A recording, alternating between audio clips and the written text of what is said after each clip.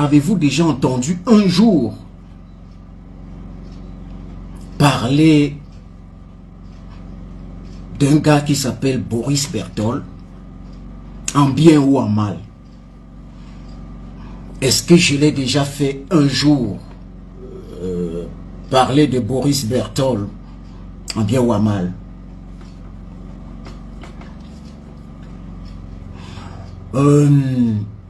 D'où vient-il que Boris Berthold se lève le matin et se mêle de magie au point de demander au ministre des Finances, Luc-Paul Moutazé, qui me doit de l'argent, 25 millions de francs, de ne pas payer et qu'il garantit la sécurité du ministre Luc-Paul Moutazé sur les réseaux sociaux parce que je ne peux rien faire. Moi, Boris Berthold, moi je peux rien te faire. Moi? Non mais écoute, je ne suis pas le gouvernement avec qui tu trimes. Moi je suis Bidjouka, c'est-à-dire libéré des cancans du gouvernement qui doit tenir compte de ci, de ça. Je ne tiens compte de rien. Je vais te buter, je te bute. Je vais te buter, je te bute, Boris Berthold. Je suis libre de tous mes mouvements. Tu te souviens du direct que j'allais faire à l'époque de Banqui pour parler de toi? C'est Banqui qui m'en a dissuadé. Alors, au-delà de tout, au-delà de ça, quel que soit ton deal avec Luc-Paul Moutazé, tout le monde sait que c'est lui qui t'entretient en France. Mais ce n'est pas mon problème. Je n'en ai rien à cirer. Tu peux avoir ton argent chaque mois, 10 millions, 20 millions, chaque mois de Moutazé. Ce n'est pas mon problème. Ce que je demande, c'est mon argent. Pas à toi, mais à M. Moutazé, le ministre des Finances. Tu es qui? Tu es qui pour te mêler de mes affaires au point de demander au ministre de ne pas me payer mon argent? Tu es qui, Boris? Tu es qui, Berthold? Tu es qui? Tu es qui? Ça va mal se passer. Ça va très mal se passer. Moi, je te dis, hein, en général, est-ce que tu me vois en train de faire des directs? Je ne fais jamais ce genre de choses. Tu es qui? Alors, je vais te donner une information. Hein. Bientôt, je quitte le Cameroun. J'ai une maison à Montpellier, en France. Je vais y résider. Le ministre Luc-Paul Moutazé n'est pas un enfant. Il n'est pas un enfant pour qu'un enfoiré comme toi, Boris Berthold, tu te lèves le matin, tu lui dis ne lui paye pas cet argent et rien ne va t'arriver. Il n'est pas un enfant pour t'écouter. C'est un adulte. C'est un adulte. Et donc, s'il ne me paye pas mon argent, tu ne le commandes pas. Il a la liberté. Tu ne le commandes pas. Il est grand, il a la liberté, c'est un mature. Il est question pour chacun de payer sa facture. Que ce soit ton conseil qui l'empêche de payer mon argent, que ce soit lui-même qui en profite pour ne pas payer mon argent, ça va mal se terminer, les gars. Tu te rends compte? Ça va mal se terminer. Une fois chez moi là-bas à Montpellier, à mon domicile, c'est ma maison, hein, je te signale, je l'ai depuis 10 ans.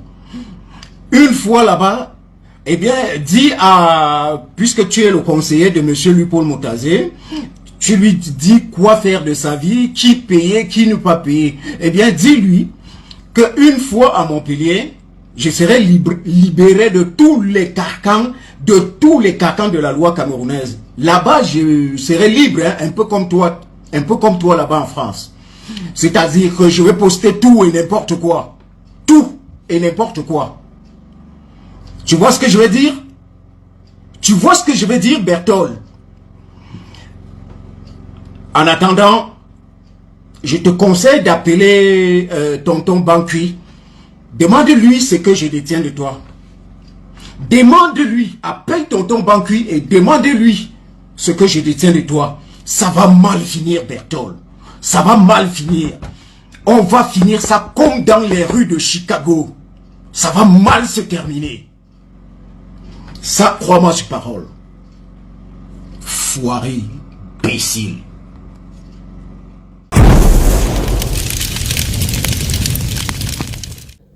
Mesdames, Mesdemoiselles et Messieurs, vous venez de suivre, n'est-ce pas, un journaliste camerounais. Il s'appelle Sismondi Balef Bichoka. Il s'appelle Sismondi Balef Bichoka. Il est un journaliste camerounais. Il vient de citer Boris Bertol. Vous savez tous, Boris Bertol, c'était un lanceur d'alerte camerounais qui était beaucoup, mais alors beaucoup suivi pendant l'élection, après, à partir de 2018 et bien des années avant et après. Mais à un moment donné, sa cote de crédibilité a totalement chuté. Sa cote, je ne parle pas de popularité, hein, de crédibilité a totalement chuté.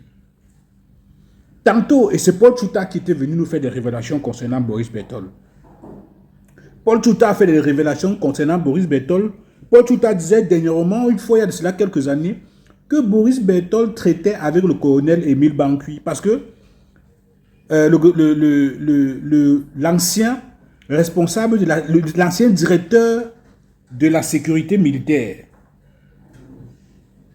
Joël Émile Bankui, un jour, monsieur Paul Tchouta nous a informé que Boris Bertol traitait, ou bien alors Joël Émile Bankui tenait Boris Bertol et avait pu, n'est-ce pas, trouver un immeuble, ou c'est un immeuble dans la ville de Yaoundé qui appartiendrait à Boris Bertol et que on lui avait intimé l'ordre que s'il parlait encore mal de Joël Émile Bankui, parce qu'il y a une époque où Boris Bertol parlait très très mal de Joël Émile Bankui, et qu'on lui aurait dit que s'il essaie encore, son immeuble sera mis à terre.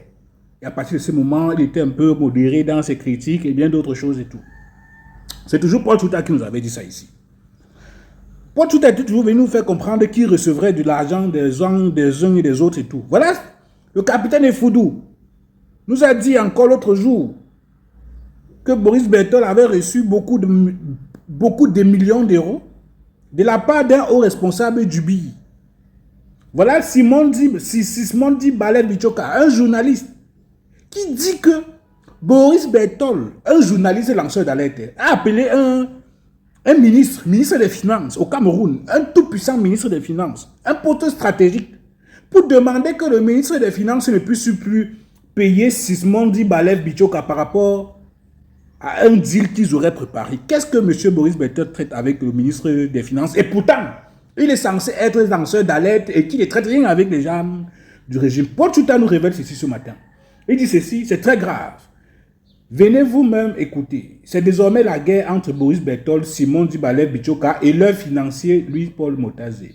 Le maître chanteur Sismondi reproche à son complice Boris Bertol d'avoir agi auprès de leur financier, Louis-Paul Motazé, pour l'empêcher de lui verser de l'argent, entre parenthèses 25 millions de francs CFA. Or, de lui, Sismondi menace de tout balancer sur la place publique s'il ne reçoit pas cette somme. Il faut préciser que Sismondi, tout comme son complice Boris Bertol, avec qui il faisait équipe à Yaoundé, est un bandit qui instrumentalise le journalisme pour s'enrichir. Il y a quelques années, il tirait à boulet rouge sur lui pour Motazé. Un autre homme de médias l'a ensuite amené rencontrer le ministre des Finances qui lui a remis 15 millions de francs CFA ce jour-là. Depuis lors, il a retourné sa veste pour chanter les louanges de Motazé. Aujourd'hui, alors que Boris Bertol a demandé à Motazé de lui couper les vivres, c'est la panique générale. Il dit, hein, genre Boris Bertol tient un ministre. Bon, je suis qui pour douter, mais dis comment les ministres, c'est-à-dire que les ministres là ont peur de lancer d'alerte comme ça. Parce que je ne comprends pas, les noms des personnes sont toujours cités dans cette affaire. Et c'est toujours un nom, Boris Bertol. Je ne sais pas, frère. C'est vrai que lorsqu'on lit Boris Bertol au quotidien, non, pour ceux qui suivent Boris Bertol depuis 2018, vous verrez que la cote de crédibilité et de popularité de ce lanceur d'alerte, pour qui moi personnellement j'ai le respect, a totalement chuté. Avant, lorsqu'il y avait une information qui concernait les hautes sphères du pouvoir au Cameroun, quand n'importe qui publiait et que tu partais sur la page de Boris Bertol, tu voyais qu'il n'avait pas publié, tu commençais à douter de l'information que tu as vue ailleurs. Un peu comme actuellement au Cameroun, il y a des informations que certains Camerounais disent que tant que Dumangdo n'a pas publié, ils ne croient pas. C'est comme ça en fait que Boris Bertol était dans le monde politique. C'est un peu que Dumangdo a commencé à parler un peu des choses politiques, mais Boris Bertol, sa ligne est politique. Mais je n'ai pas compris comment, depuis certaines années, même quand tu le lis, tu n'as pas besoin d'écouter ce que Paul t'a dit pour te rendre compte qu'il y a quelque chose qui n'est plus ça dans l'écriture de Boris Bertol. Il y a quelque chose. Je ne sais pas ce qui s'est passé, mais il y a quelque chose là qui n'est pas clair. Mais c'est là donc que, quand Paul Tchouta vient faire des révélations sur les financements que lui, il aurait reçus, il reçoit et les copinages qu'il fait avec un certain nombre de pontes du régime et tout, c'est là où tu comprends que des gars sont prêts à tout pour pouvoir, n'est-ce pas, mettre à terre et à sac certaines personnes. Lorsque tu regardes un peu l'acharnement que parfois Boris Bertol avait contre Samuel Etofi, tu dis, mais, Boris Bertol ne voit pas les ministres ici, là, que leurs noms sont cités dans les scandales. Mais lorsqu'il s'agit de Samuel Etofi, où il faut tirer à boulet rouge, scandale, oh, c'est fini pour Samuel Etofi, tout ça, les gars, il faut noter que même Paul Tchouta, eux tous là, ils tirent sur Samuel, hein, donc c'est pas, personne n'est exempt. Donc voilà, les lanceurs d'alerte sur qui le peuple camerounais comptait une fois. Pour le moment, lorsqu'il y a une information, les Camerounais disent que si c'est Boris Bertol qui a publié, vraiment il est compromis. Voilà. Tous les jours on fait des révélations. Est-ce que c'est un complot visant à mettre hors d'état de nuire ou bien alors à isoler Boris Bertol pour faire passer un certain nombre d'informations? Parce que nous sommes dans une guerre de communication. Il y a des personnes qui connaissent la communication de Boris Bertol et des stratégies de communication, des bombes peuvent sortir comme ça pour isoler Boris Bertol au sein de l'opinion publique, pour saper sa crédibilité au sein de l'opinion publique. Capitaine de Foudou balance, Paul Tchouta balance, Simon Dibalès Bichoka balance et tout.